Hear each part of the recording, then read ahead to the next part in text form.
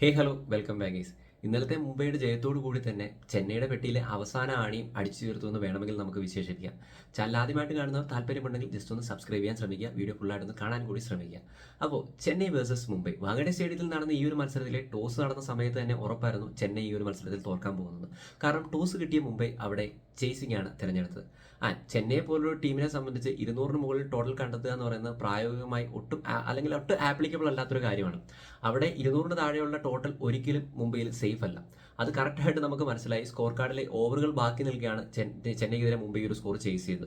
176 റൺസാണ് ആദ്യ ബാറ്റിംഗിൽ ചെന്നൈക്ക് സ്കോർ ചെയ്യാൻ സാധിച്ചിട്ടുണ്ടായിരുന്നത്. ഓപ്പണിംഗ് സൈഡിൽ ഷെയ്ഖ് റഷീദിനും അതോടൊപ്പം തന്നെ രജിൻ രവീന്ദ്രയ്ക്കും കാര്യമായിട്ടൊന്നും ഇമ്പാക്ട് ഉണ്ടാക്കാൻ സാധിച്ചില്ല. പവർ പ്ലേയിൽ വളരെ സ്ലോ ആയിട്ടൊരു സ്റ്റാർട്ടായിരുന്നു ഇവർ രണ്ടുപേരും കൂടി കൊടുത്തിരുന്നത്.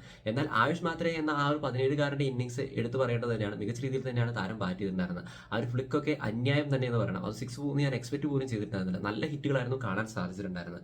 പിന്നെ ചെന്നൈക്കെതിരെ നോക്കിക്കഴിഞ്ഞാൽ മുംബൈ മികച്ച രീതിയിൽ തന്നെയാണ് ബോൾ ചെയ്തതെന്നും കൂടി പറയണം. സാൻഡറുടെ ഒക്കെ സ്പെല്ല് അന്യായം എന്ന് തന്നെ പറയണം. അതോടൊപ്പം തന്നെ ഹർദിക് പാണ്ഡ്യ വൃത്തിക്കാണ് ബോൾ ചെയ്തത്, ബൂമർ വൃത്തിക്കാണ് ബോൾ ചെയ്തത്, വിൽ ജാക്സിന്റെ ആ ഓവർ നന്നായിട്ടുണ്ടായിരുന്നു. അതോടൊപ്പം തന്നെ എടുത്ത് പറയുന്ന മറ്റൊരു കാര്യമാണ് അശ്വിനി കുമാർ ഇന്നലത്തെ മത്സരത്തിൽ എക്സ്പെൻസീവ് ആയി പോയി 2 ഓവർ മാത്രമേ കൊടുത്തിട്ടുള്ളൂ. പിന്നെ വേറൊരു കാര്യം കൂടി മുംബൈ ബോളിംഗ് നിരയിൽ ഈ കൂടെ കൂട്ടിച്ചേർക്കാനുണ്ട്. ബോൾട്ടിനെയൊക്കെ അവസാന സ്പെല്ലിലേക്ക് അല്ലെങ്കിൽ ഡെത്ത് ഓവറിലേക്ക് പരീക്ഷിക്കുന്ന ഭയങ്കര മണ്ടത്തരമായിട്ടാണ് ഫീൽ ചെയ്യുന്നത്. കാരണം അവർക്ക് ഓപ്ഷൻസ് ഉള്ളപ്പോൾ എന്തിനാണ് ഡെത്ത് ഓവേഴ്സിൽ ബോൾട്ടിനെ പരീക്ഷിക്കുന്നതെന്ന് മനസ്സിലായിട്ടില്ല. ഒരു 12th ഓവറിനുള്ളിൽ തന്നെ ചഹർ അതോടൊപ്പം തന്നെ ബോൾട്ട് എന്നിവരുടെ സ്പെല്ലുകൾ മാക്സിമം തീർക്കാൻ ശ്രമിച്ചു കഴിഞ്ഞാൽ മുംബൈക്ക് അത് എപ്പോഴും അഡ്വാൻറ്റേജ് തന്നെയാണ്. കാരണം മൂവ്മെന്റ് ഉള്ള സമയത്താണ് ഇവർ രണ്ടുപേരും കിടിലായിട്ട് ബോൾ ചെയ്യുന്ന ഫീൽ ചെയ്തിട്ടുള്ളത്. ആ 2 ഓവറിന് ശേഷം തന്നെ മൂവ്മെന്റ് നല്ലപോലെ നഷ്ടപ്പെട്ടിട്ടുണ്ടായിരുന്നു. ആ സമയത്ത് നല്ല രീതിയിൽ അടിയും മേടിക്കുന്നുണ്ടായിരുന്നു. അശ്വിനി കുമാർ ഇന്നത്തെ മത്സരത്തിൽ എക്സ്പെൻസീവ് ആയിപ്പോയി. മൊത്തത്തിൽ മത്സരത്തിലേക്ക് നോക്കിക്കഴിഞ്ഞാൽ 7 to 14 ഓവേഴ്സിനിടയിൽ ജഡേജയുടെയും അതോടൊപ്പം തന്നെ ദുബൈക്കും കാര്യമായിട്ട് റൺസ് ഒന്നും കോൺട്രിബ്യൂട്ട് ചെയ്യാൻ സാധിച്ചിട്ടുണ്ടായിരുന്നില്ല.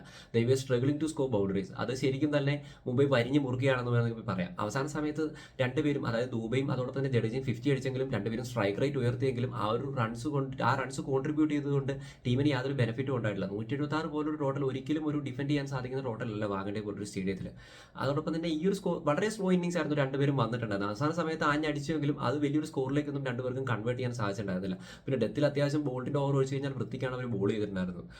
ചെന്നൈയെ സംബന്ധിച്ച് പിന്നെ ആകെ ഒരു സമാധാനമുള്ള യങ്സ്റ്റേഴ്സിന് ഷെയ്ഖ് റഷീദിനും അതോടൊപ്പം തന്നെ ആയുഷ് മാത്രയ്ക്കും ഒക്കെ അവസരം കൊടുക്കുന്നു എന്നുള്ളത് വലിയൊരു കാര്യം തന്നെയാണ്. കാരണം ഈ ഒരു സീസണിൽ ഇനി ചെന്നൈയെ സംബന്ധിച്ച് ഒന്നും ചെയ്യാനില്ല. പോയിന്റ് ടേബിൾ 10ാം സ്ഥാനത്താണ് നിൽക്കുന്നത്. നെറ്റ് റൺ റേറ്റും വളരെയധികം ലോ ആണ്. ഇനി ഒരു തിരിച്ചുവരവൊന്നും ചെന്നൈയെ സംബന്ധിച്ച് ചാൻസ് ഇല്ല.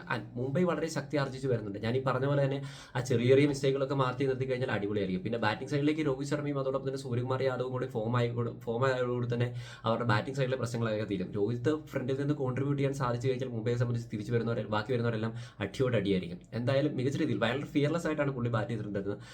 നമുക്ക് പുള്ളിയുടെ ഈ ഒരു സീസണിലെ സ്കോർ കാർഡ് എടുത്ത് നോക്കി കഴിഞ്ഞാൽ കാണും വെച്ചടി ഉയർച്ച തന്നെയാണ്. അതെന്തായാലും ടീമിന് ഗുണം തന്നെ ചെയ്യും. എന്തായാലും പോയിന്റ് ടേബിളിൽ നല്ലൊരു മാറ്റം മുംബൈയെ കൊണ്ട് ഉണ്ടാക്കാൻ സാധിച്ചിട്ടുണ്ട്. അവർ പ്ലേ ഓഫ് കളിക്കാനുള്ള സാധ്യതയും ഹൈ ആയിട്ടുണ്ട്. എന്തായാലും ചെന്നൈയെ സംബന്ധിച്ച് ഈ ഒരു സീസൺ ഇനി അടപടലം 3G ആയിരിക്കും. ബെഞ്ചിലിരിക്കുന്നവർക്ക് അവസരം കൊടുക്കുക എന്നുള്ളതാണ് അവരെ സംബന്ധിച്ച് ആപ്ലിക്കബിൾ ആയിട്ടൊരു കാര്യം. നിങ്ങളുടെ അഭിപ്രായങ്ങൾ വെച്ചാൽ കമന്റ് അറിയപ്പെടുത്തി. ഗൂഗിൾ ബൈ ബൈ.